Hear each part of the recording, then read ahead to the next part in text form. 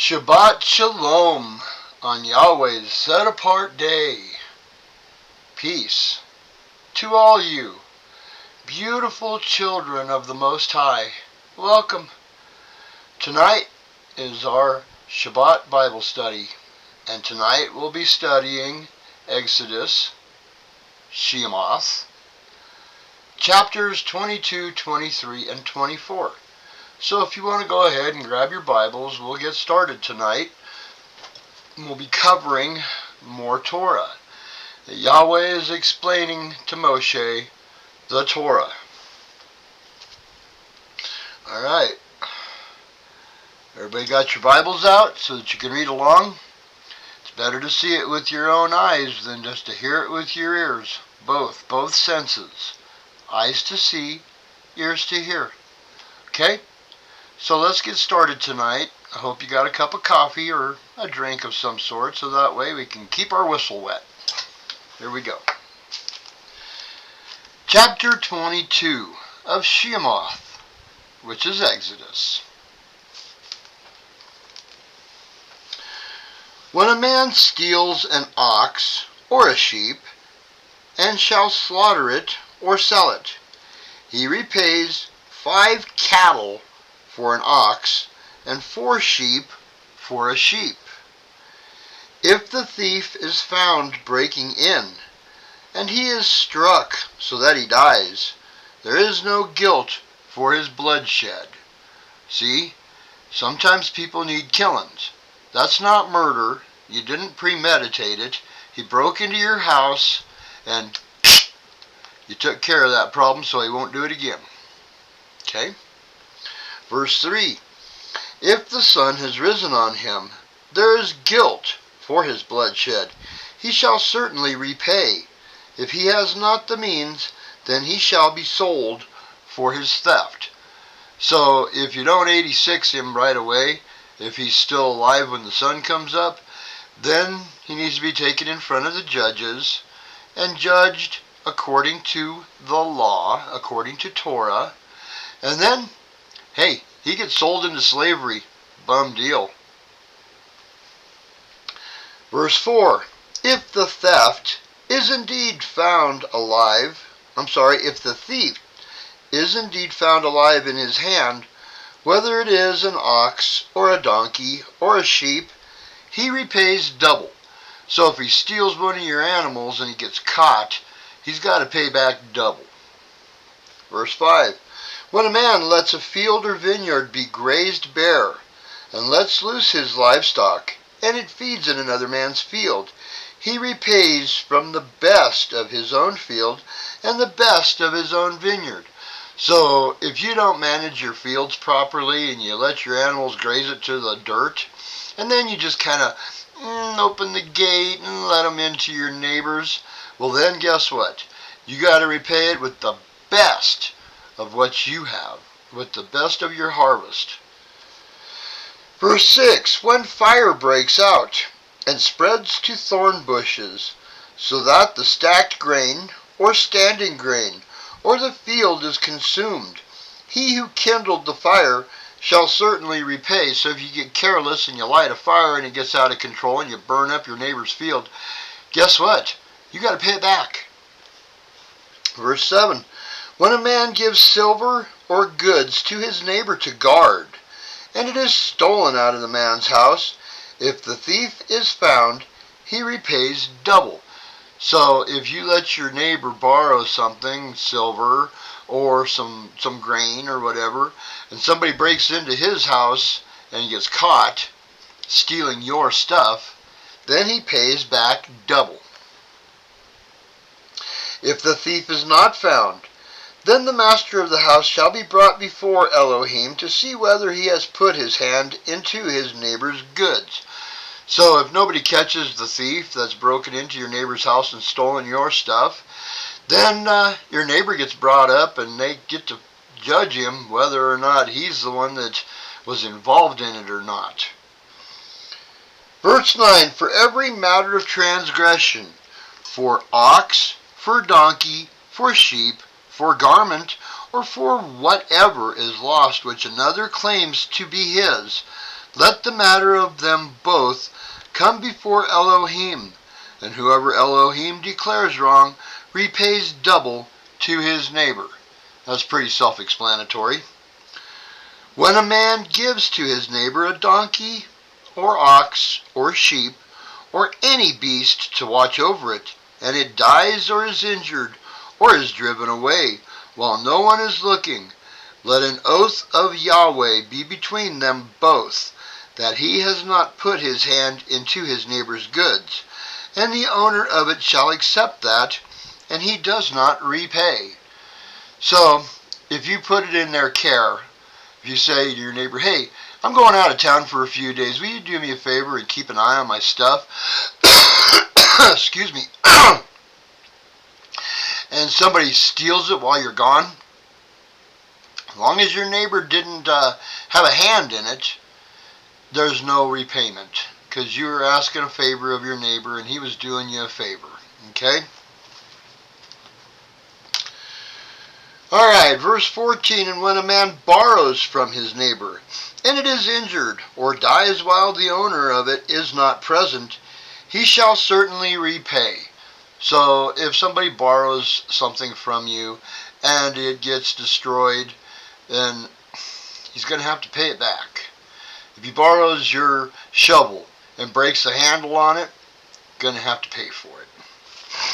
Verse 15, but if the owner was with it, he does not repay. If it was hired, he is entitled to the hire. So if you're over there helping your neighbor with your shovel and it breaks, he don't have to pay for it. It's on you. Verse 16, when a man entices a maiden who is not engaged and lies with her, he shall certainly pay the bride price for her to be his wife. So if you decide to go and pick up some girl and do the hanky-panky with her, you're married. Verse 17, if her father absolutely refuses to give her to him, he pays according to the bride price of maidens. So if her daddy don't like you, and he says, no, you ain't marrying my daughter, then you got to pay dad. You're going to have to pay her father for what you did, a bride's price, whatever that might be. Verse 18, do not allow a practicer of witchcraft to live. Yeah, that's a big one, isn't it? So all of these witches that are out there casting spells, they should be stoned outside the gates because they are wicked. So keep that in mind. They deserve killing. Not murder, they deserve killing because they're practicing witchcraft. Gonna have to be able to prove it though. Verse 19, anyone lying with a beast shall certainly be put to death. Are you kidding? Yeah, bestiality, you bet. Outside the gates, stoned till dead, dun-dun-dun. That's gross. Verse 20, he who slaughters to an Elohim, except to Yahweh only, is put under the ban. So if you're out there sacrificing animals to some creepy god that's not Yahweh, you're toast. You're a done deal. That's worshiping a false idol and burning sacrifices, blood sacrifices, to an idol or a false god, small g. Verse 21, do not tread down a sojourner or oppress him, for you were sojourners in the land of Mitzrayim.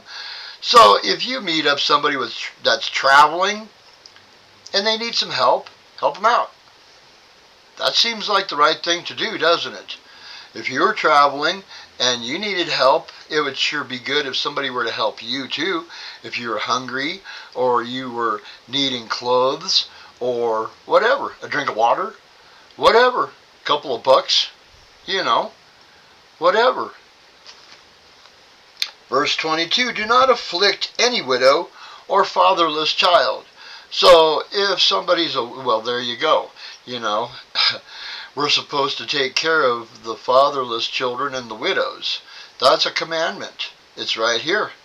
So if somebody's a widow, if some old lady who has no husband needs some help, help her out.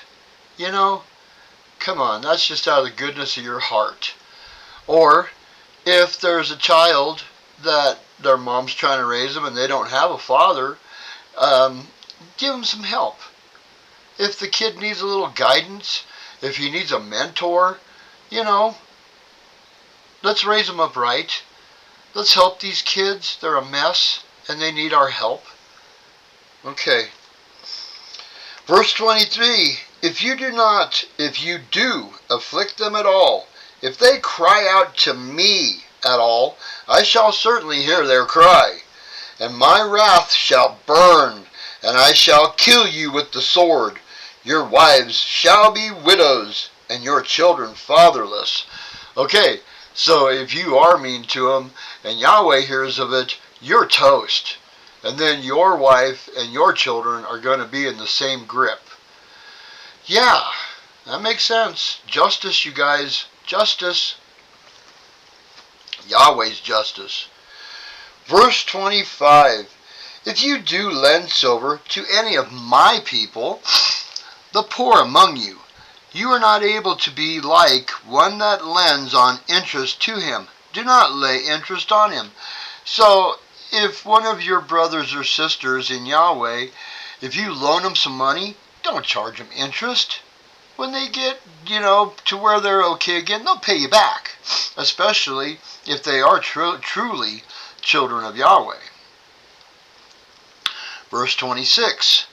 If you take your neighbor's garment as a pledge at all, you are to return it to him before the sun goes down. So if all your neighbor has to give you for a collateral on a loan or something is his clothes or his coat or a sleeping bag or whatever it is that he sleeps in, give it back to him at night. That way he doesn't freeze his butt off while he's trying to sleep. These are common sense, gang. These are totally common sense. Verse 27, for that is his only covering.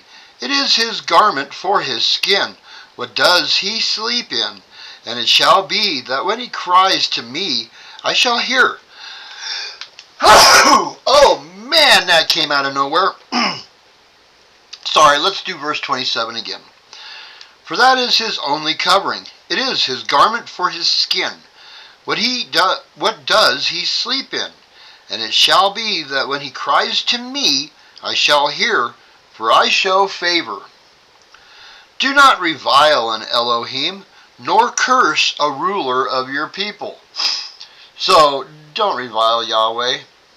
Yahweh's your creator. Don't be moaning and groaning. And according to this, we're not supposed to talk trash about our leaders. Boy, that's a tough one, ain't it? Especially since they are unrighteous and ungodly. And, oh man, what a mess. But Yahweh says that we're not supposed to. Verse 29, do not delay giving your harvest and your vintage.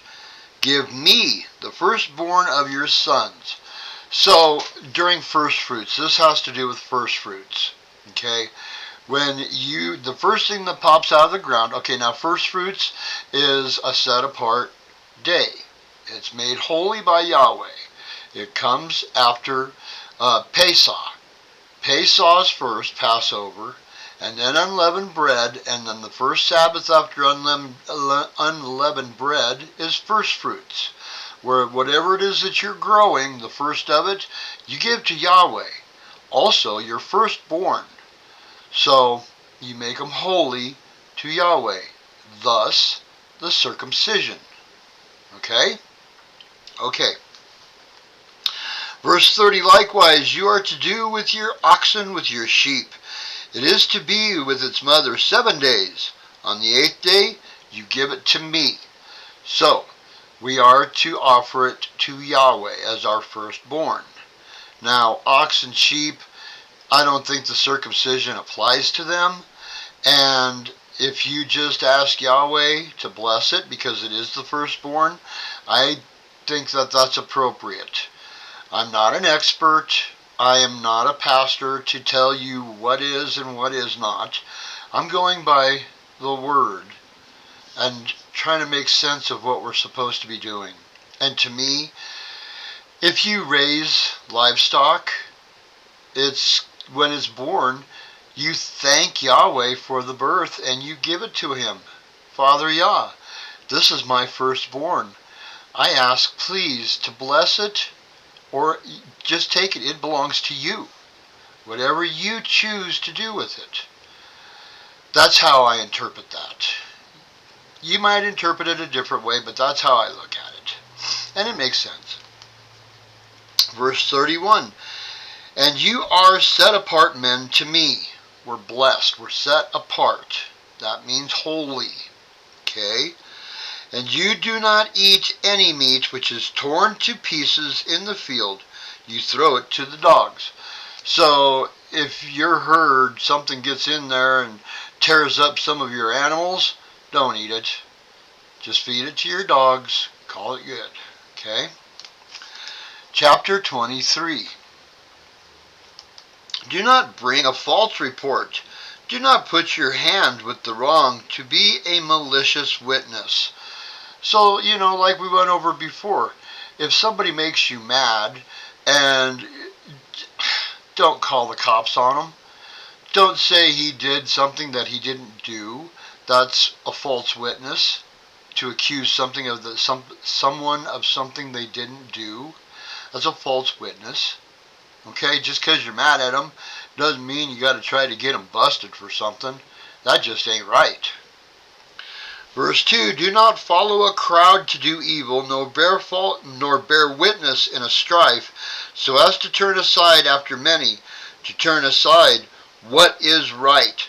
So all of these people that are having riots and protests, don't go along with them. If it's not right, don't do it. Don't join in to jump on the bandwagon. That makes sense, What are you doing that for? Just because you want to go out and raise havoc? It's not right. Don't do it. Verse 3, and do not favor a poor man in his strife. When you meet, do not favor a poor man in his strife. So if somebody's poor, help them out, but don't do it all for them. Because if you start doing everything for them, they're not going to appreciate it. They're going to take advantage of you. That's just nastiness of man. And we've all encountered that. I'm sure that every one of us have encountered that. Okay? Verse 4, when you meet your enemy's ox or his donkey going astray, you shall certainly return it to him. Just because you have an enemy, if you find one of his animals, don't take it. Take it back to him. That is the righteous thing to do. All of these make sense. And just because you're upset with somebody doesn't mean that you got to take it out on him by stealing his animals if they're wandered off. No, you chase it back onto his property and close the gate. Alright? Verse 5, when you see the donkey of him who hates you lying under its burden, you shall refrain from leaving it to him. You shall certainly help him. Okay? So if one of your enemies has their donkey or their car or themselves overloaded to where they can barely carry it, okay, say your neighbor and you don't get along, alright? And your neighbor's carrying in his groceries and he's got his arms loaded up and a bag tears. Go over and help him. You might not like the person, but what's the right thing to do? See, that's the thing nowadays, is that none of us have a conscience. If you see something like that, help the person out. Maybe down the road, that person won't be an enemy any longer, but maybe they'll become an ally. Especially if they're a child of Yahweh. Because we're all in it together, folks. No matter if you like the person or not, if he follows Yahweh, and Yehoshua is his Savior, is his Messiah, then we're all in it together. There's no reason to cause strife between the brothers. That's just silly. I know it's hard sometimes because the flesh wants to do mean things, but that's fighting the flesh. Crucifying your flesh, as Yehoshua said. Crucify your flesh daily. Verse 6, do not turn aside the right ruling of your poor in his strife. So if somebody's poor, help them out. You know, you don't have to do it all for them, but give them a little hand. The way that I look at it is I'm not giving a hand out, I'm giving a hand up. So, okay, say that you know somebody who's out of work, all right? And they're having a lot of trouble with their bills and stuff like that. If you have a job that you need done around your house, your gutters cleaned out, I don't know, your lawn mowed, whatever, that you've got a job to do, then ask the person if he would like a job. That's a help up, okay? And then you pay them accordingly. You don't just go, oh, you mowed my lawn for me, I got a good deal out of it. No, pay them accordingly so that you do help them up. It'll make them appreciate it a lot more than a hand out. Verse 7, keep yourself far from false matter, and do not kill the innocent and the righteous, for I do not declare the wrong right. So if everybody's accusing somebody of something, don't just jump into it. Find out what the facts are before you start throwing accusations around. Don't go by gossip. Gossip is so destructive because there again, it's of the flesh. Crucify your flesh daily, okay? Verse 8, and do not take a bribe, for a bribe blinds the seeing one and twists the words of righteousness. Now you and I both know that if you're judging something, whether it be at the county fair, judging canned peaches, or whatever it is that you're judging, and somebody slips you a couple of bucks and says, hey bud, how about if you help me to win? That's not right. That makes your judgment askewed. And it's not righteous. That's just not right. Don't take bribes. Look at how many judges and cops do. Verse 9, and do not oppress a sojourner, as you yourselves know the heart of a sojourner, because you were sojourners in the land of Mizraim. So somebody that's traveling, if they're down on their luck while they're traveling, give them a couple bucks. I know, there's a lot of homeless people out on the streets begging for money. And I know, and you know, and we all know that 9 out of 10 times they're going to take that money and go buy drugs and alcohol, okay? But we can't assume that. It's not to be assumed. What I do, okay, now I don't care if this is just what I do. If you do something else, that's cool. I carry around a bunch of Bibles with me. I go to the near shops and I pick up Bibles and then I give them away. If I see someone standing on a street corner begging money, I hand them a Bible and I tell them, this is worth more than $1 million. Read it and do what it says and you'll understand how much it's worth. And most times, people will thank you. They will. Whether they mean it or not is up to them, because that's a choice. But they'll thank you for it because you're giving them the word of Yahweh. It's priceless. And if they learn it, and if they study it, and if they do what it says to the best of their broken ability, Yahweh will take care of them. He'll provide anything that they need at that point, because that's His promise to us. And Yah doesn't lie. Never. Yehoshua does not lie. Never. Verse 10, and for 6 years you are to sow your land, and shall gather its increase. But in the 7th year you are to let it rest, and shall leave it, and the poor of your people shall eat, and what they leave the beasts of the field eat.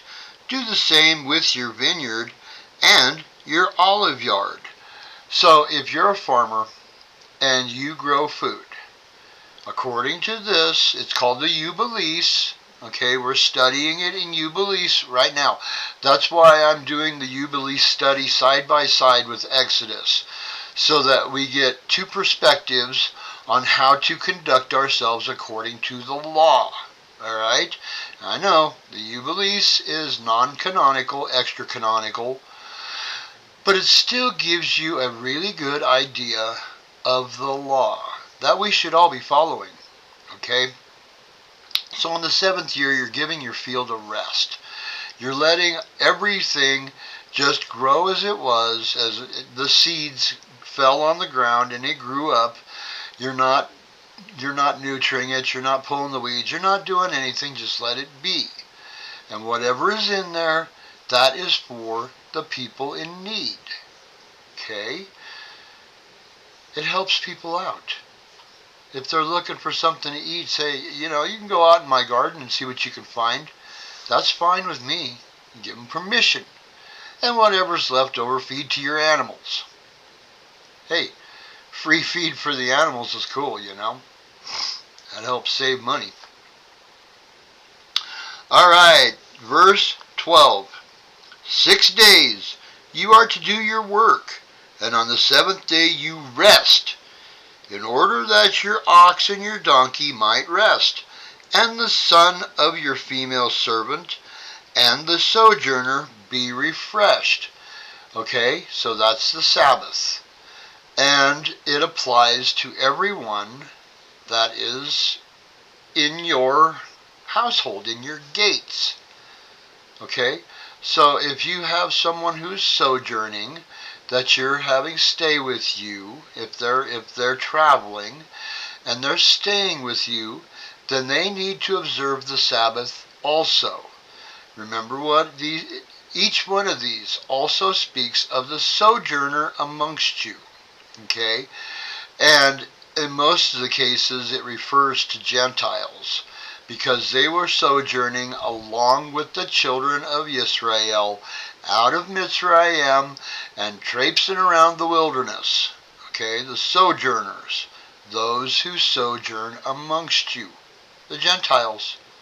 We are part of the children of Israel through the atoning sacrifice, the blood of Yehoshua HaMashiach, the Christ, our Messiah. Okay? Just so we're understanding how us Gentiles have always been part of the tribes. We might not have been official, but it says in here, those that sojourn amongst the children of Israel. Okay? I just hope that we're understanding that, because the original covenant and the renewed covenant are the same. Nothing's changed. This is all the same as what we're supposed to be doing today. Nothing has changed. It's just now, with the blood of Yehoshua, we are grafted into the tree of life. Okay? Hope that makes more sense. Alright, verse 13.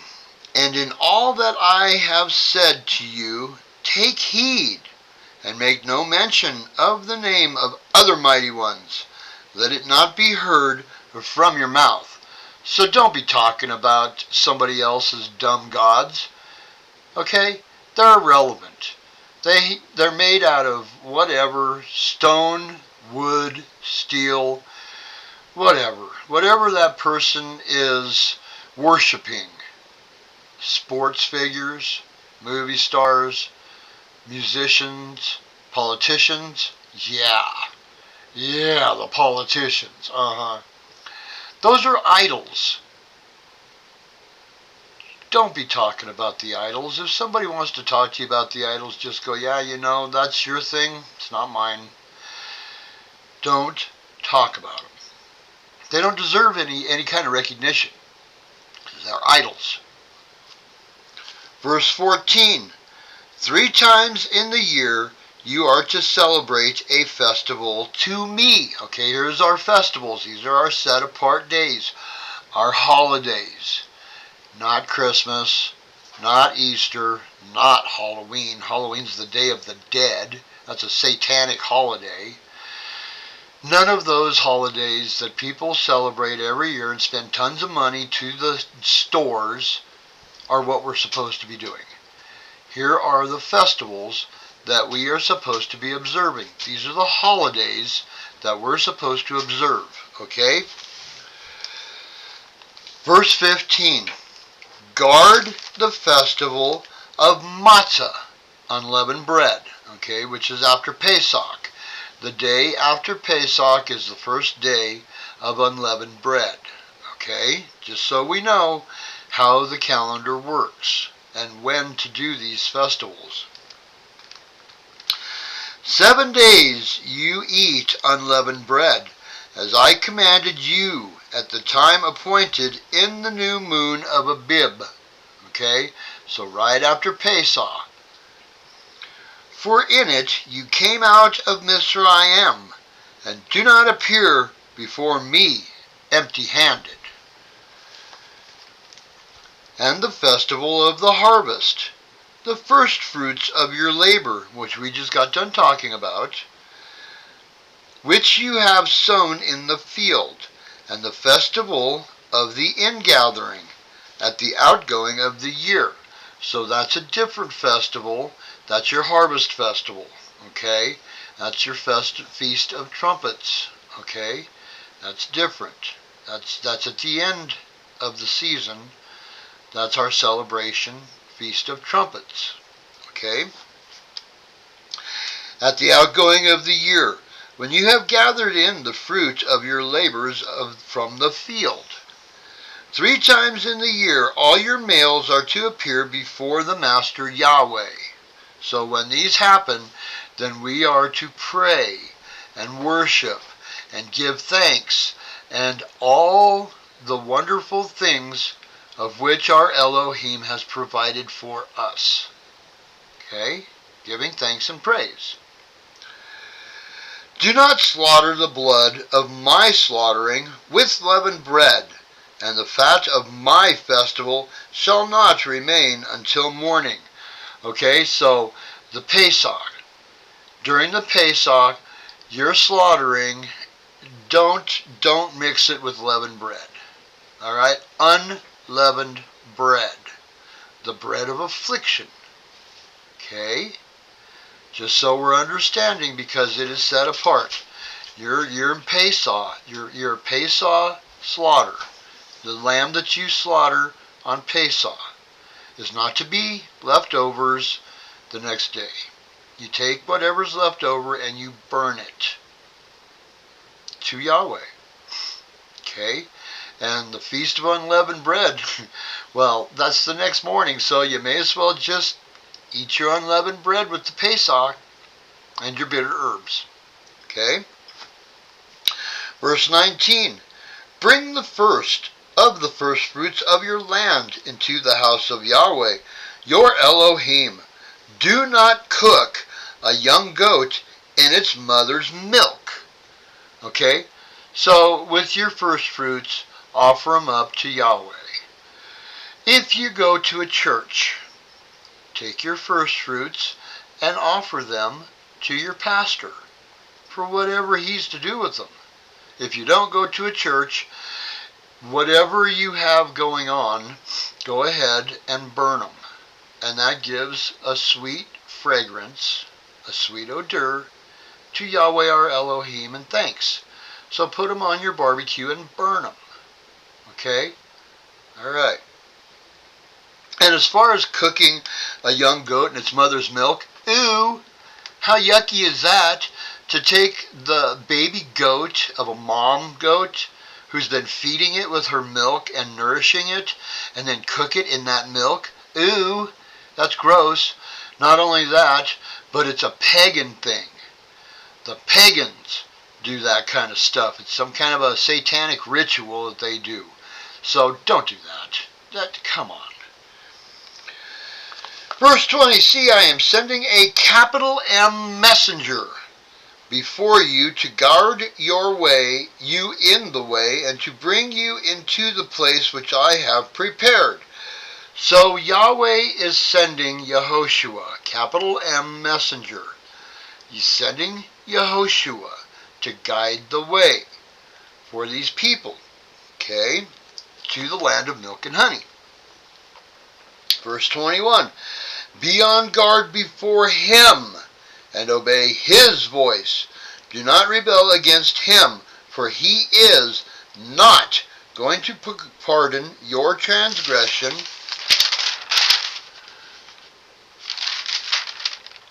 for my name is in him. Okay? So Yehoshua is going to be guiding them into the land of milk and honey. But you better not take advantage of the fact that Yahweh's not there, because Yehoshua is not going to pardon you for being a turd. Excuse my French. But seriously, he's warning them. He's warning his children. Just do what you're supposed to do. Yehoshua is going to guide you. My capital M messenger. There's another Christophany. Okay? Verse 22. But if you diligently obey his voice, and shall do all that I speak, then I shall be an enemy to your enemies, and a distresser to those who distress you. So if you are good kids, and you do what you're told, and you don't go against my capital M messenger, Yehoshua, then any of your enemies, I'm going to whoop them for you. And I'm going to take care of you. And I'm going to make sure that everything is good so that you are at peace, so that you find my shalom, Yahweh's shalom, because it is his shalom that we feel. The peace that comes over us through Yahweh is his. It's his shalom. That's a blessing. That is a major blessing. Verse 23, for my capital M messenger shall go before you and shall bring you into the Amorites and the Hittites and the Perizzites and the Canaanites and the Hivites and the Jebusites, and I shall cut them off. So they're coming into enemy territory. And as long as they obey the laws of Yahweh and don't go against Yehoshua, their guide, then he's going to defend them against all these creepy tribes, all these giants and terrible, awful Satan worshipers, and all of these people that are in the land that are against them. Because you got to remember, the Israelites, the children of Israel, are chosen people. They're set aside people. Set aside. They're holy to Yahweh. So as long as they do what they're told, Yahweh's got their back. Alright? Verse 24, do not bow down to their mighty ones, nor serve them, nor do according to their works, but without fail overthrow them, and without fail break down their pillars. So don't go along to get along. I hate those coexist bumper stickers that have got all the little signs all the way across. No, we're not to go along to get along and tear down their walls. So all of these satanic temples, guys, we're supposed to be destroying those. The satanic temples we are supposed to be destroying. I know. End up in jail for that, huh? Well, you might end up in jail for it, but your judge, in the end, is Yahweh. And if you're doing it for righteousness' sake, it's going to be counted to you. Verse 25, and you shall serve Yahweh your Elohim, and he shall bless your bread and your water, and I shall remove sickness from your midst. So don't go chasing doctors. Just follow Yahweh. Verse 26, none shall miscarry or be barren in your land. I shall fill the number of your days. Do what I tell you. Follow along. Don't go against me. Don't be making false idols. Don't be praying to false idols, scrolling on your phone every day. And You're going to have children. You're going to be taken care of. I will provide. Yahweh will provide. And He does. Verse 27, I shall send my fear before you, and cause confusion among all the people to whom you come, and make all your enemies turn their backs to you. These are the promises of Yahweh. Yahweh doesn't lie. He doesn't lie. If you do what you're supposed to do to the best of your broken ability, Yah's got your back. Alright?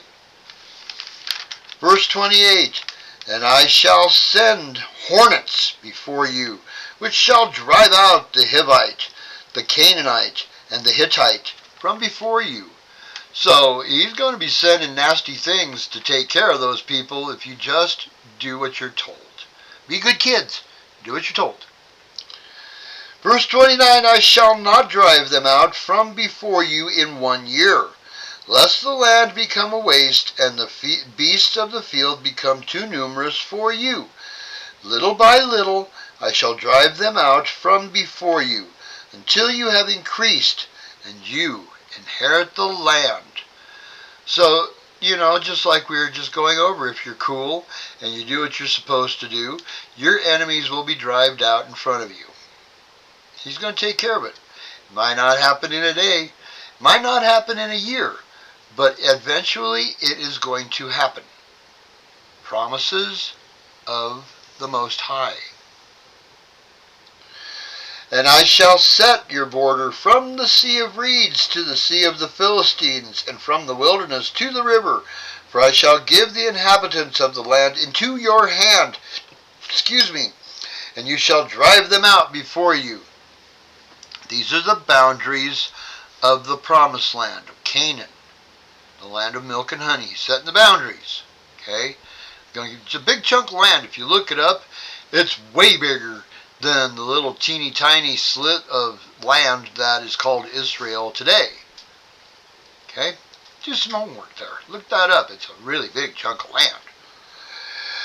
Do not make a covenant with them, nor with their mighty ones. Don't be making no covenants, no promises, no treaties with them. Don't go along to get along.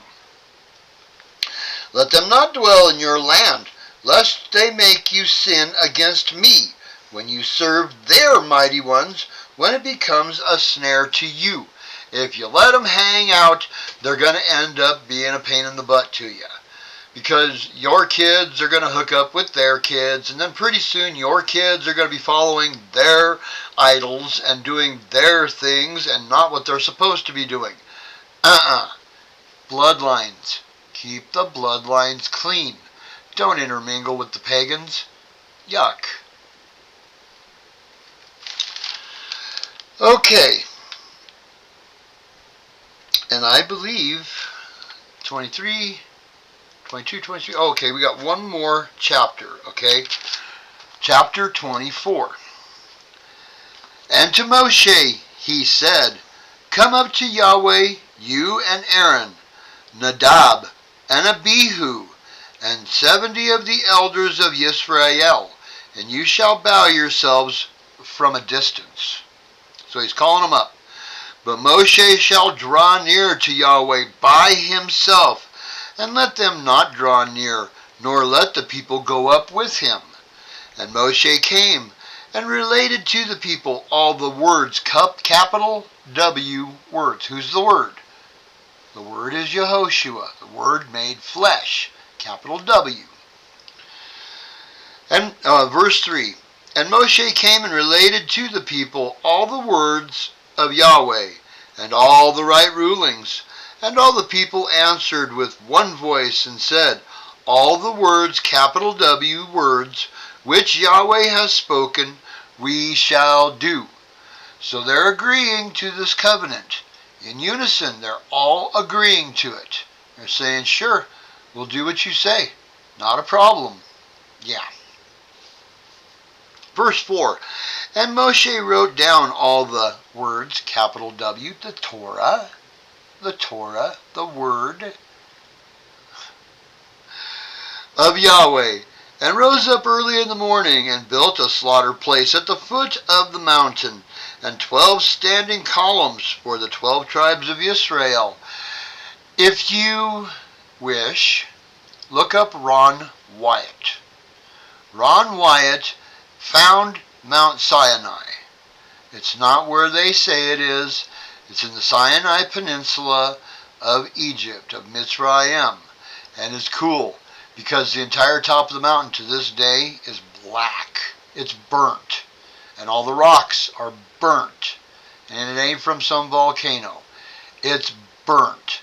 And at the base of that mountain is exactly what we just read. There's a slaughter place built there and 12 columns that are all built there of uncut stones. It's pretty cool. If you're interested, check out Ron Wyatt, because Ron Wyatt was being led by Yahweh to finding incredible things. He's who found the ark, the Noah's Ark. And he found the Ark of the Covenant, which Jewish antiquities have covered up and ain't telling anybody where it's at. But he found it. It's really neat. Verse 5, and he sent young men of the children of Israel, and they offered ascending offerings and slaughtered slaughterings of peace offerings to Yahweh of bulls. And Moshe took half the blood, atonement of sin. Hebrews 8. Okay, there's your cross reference, Hebrews 8. Verse 6, and Moshe took half the blood and put it in basins, and half the blood he sprinkled on the slaughter place, atonement for sin. And he took the book of the covenant and read in the hearing of the people, and they said, all that Yahweh has spoken we shall do and obey, agreeing to the covenant. And Moshe took the blood and sprinkled it on the people. He went around and sprinkled it on everybody. Okay, let's see here.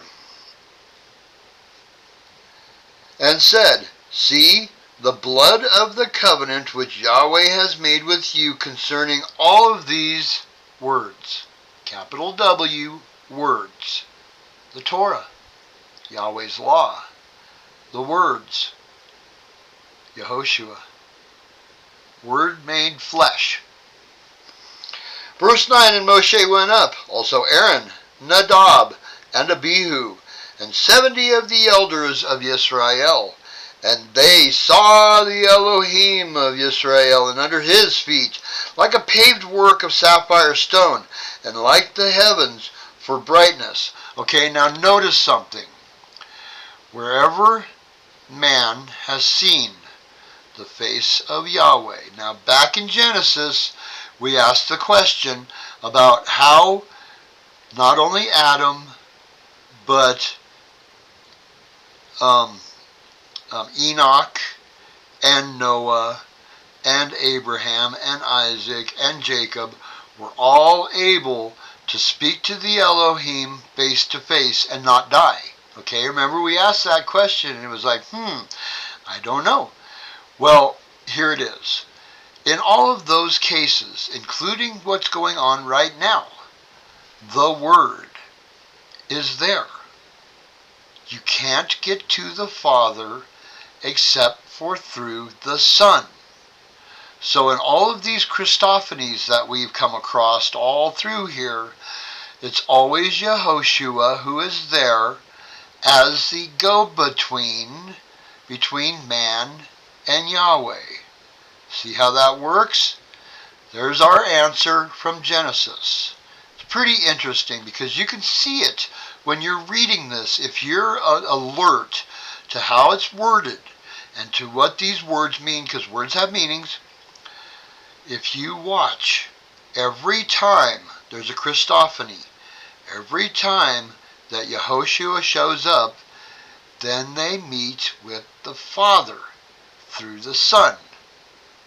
Cool, huh? When you understand that, it helps you to understand all the rest of it too. It gives us knowledge and wisdom. We're learning. What an awesome thing, because now we understand all of that and it makes sense. Okay, let's finish this up. And they saw Elohim. Okay, and they saw the Elohim of Yisrael, and under his feet, like a paved work of sapphire stone, and like the heavens for brightness. Yet he did not stretch out his hand against the chiefs of the children of Yisrael. And they saw Elohim, and they ate and drank. So they had dinner with Yahweh through Yehoshua. It's so cool. It's so cool. Okay, verse 12. And Yahweh said to Moshe, come up to me on the mountain and be there, while I give you tablets of stone, and the Torah, and the command which I have written to teach them. Instruction. It's for knowledge and wisdom. Verse 13, and Moshe arose with his assistant Joshua. And Moshe went up to the mountain of Elohim. And he said to the elders, wait here for us until we come back to you. And see, Aaron and Hur are with you. Whoever has matters, let him go to them. So he's taken Joshua with him, and he's leaving Aaron and Hur behind to keep track of the kiddos. Make sure that everybody's doing what they're supposed to do. Verse 15, and Moshe went up into the mountain, and a cloud covered the mountain, and the esteem of Yahweh dwelt on Mount Sinai, and the cloud covered it for 6 days. And on the 7th day he called to Moshe out of the midst of the cloud. And the appearance of the esteem of Yahweh was like a consuming fire on the top of the mountain before the eyes of the children of Israel. So think about it. All the children of Israel are down at the bottom of the mountain. Moshe and Joshua are at the top of the mountain with Yahweh. The whole top of the mountain is consumed by fire and smoke, and lightning's going off all around it, and all of these incredible things. And all the children of Israel are down below watching. In amazement, probably. They're just like, wow, this is crazy. Last verse. And Moshe went into the midst of the cloud, and went up into the mountain. And it came to be that Moshe was on the mountain. You ready for this? 40 days and 40 nights. Reoccurring numbers. Okay?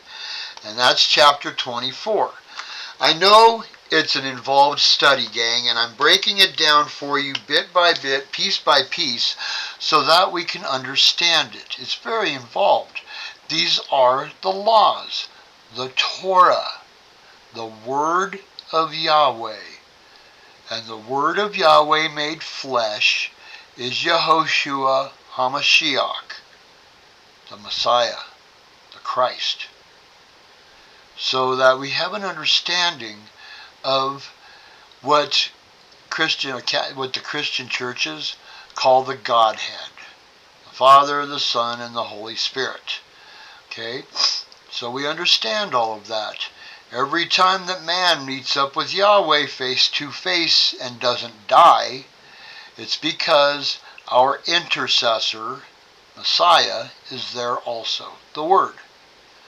And the Word is Torah, which we should be following now.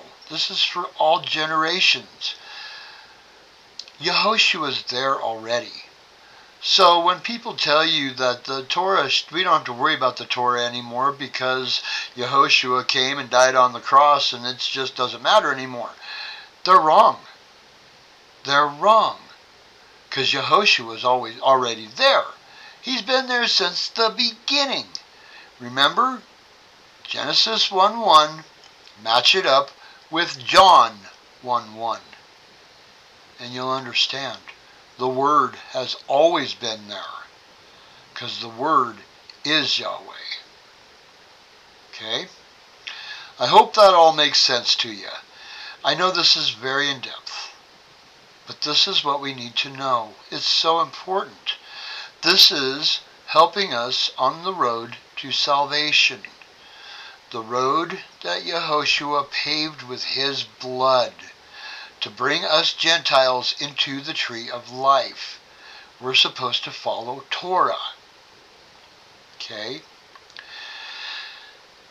I pray that you're learning all of this, and I pray that you study it more so that you understand it better. Whatever you don't understand, research it. If you can't find the answers that you're looking for, ask me. Okay? Put it in the comments if you don't mind making it public, or if you want it to be private. My email address is right below the channel name. Okay? And yeah, I know. It's Lamech Ha'el. Okay? And that is as close as I can get to my name in Hebrew. Because Christopher it's not that old. It's not that old of a name. I could only trace my name back to Greek. Christo. But then when you take that and you translate it into Hebrew, then you come with Lochem Ha'el, which means warrior or messenger of the Elohim. Okay? That's my email address. Lochem Ha'el at Gmail. Okay? If you're wondering. Try to translate your name into Hebrew. Find out what the origins of your name are. And then from that language, try to translate it into Hebrew. And see what you come up with. It's kind of a cool thing to do. Check it out. Your little Google thing will do it for you. Your translator on your Google thing, it'll do it for you. So check it out. You might come up with something that's very unexpected because remember, words have meanings. Okay, so your name has probably got a meaning. Just like Yehoshua.